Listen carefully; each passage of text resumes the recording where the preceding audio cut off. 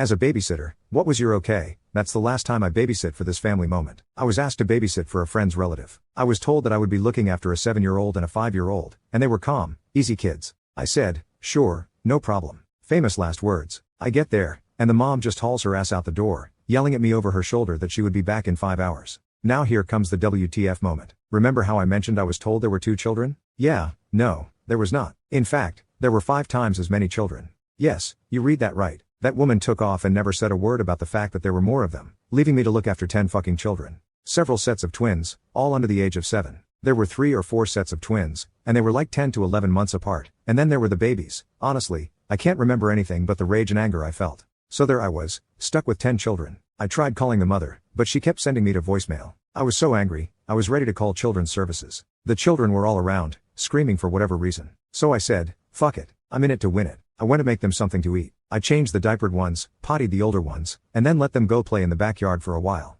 I was still seething with anger over the blatant deception as I cleaned up the kitchen. But it gets better. No, it doesn't. 5 hours later.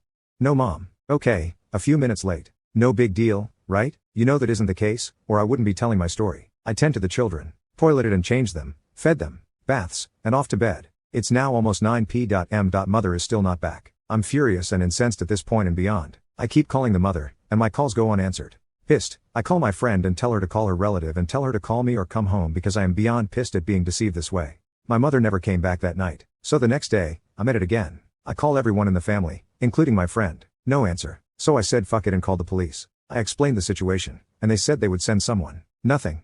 I spent the next day looking after a tribe called Quest and could get no one to relieve me. I was so angry, I couldn't see straight. These children were just a handful. I remember screaming at them to sit down somewhere, and the neighbor heard and came over. I explained the situation to the neighbor. What the neighbor said next shocked me. Oh, she does this all the time, said the neighbor. She lies about how many kids she has because no one would ever agree to look after that many children. The neighbor glanced at me. You know, she might not come back for a few days, they said. She does this so much, no one will watch her children anymore. I couldn't say a word. I ended up stuck with these children for nearly 5 days. I called the police and children's services and made it clear that either they send someone to deal with the situation or I am leaving and the children are on their own. I didn't really mean that. I was just angry that no one is helping me, and I am sick and tired of being there with them. So after 10 minutes passed forever, a cop finally drags their ass over and makes an appearance. There was this lady with them, and they came in to talk to me. In the meantime, I was still tending to children. It wasn't their fault. It wasn't until the children were being loaded into a van that their mother finally decided to make an appearance. She saw the police cruiser and the van and literally freaked out, screaming at them to stop. They ignored her and kept loading the children into the van.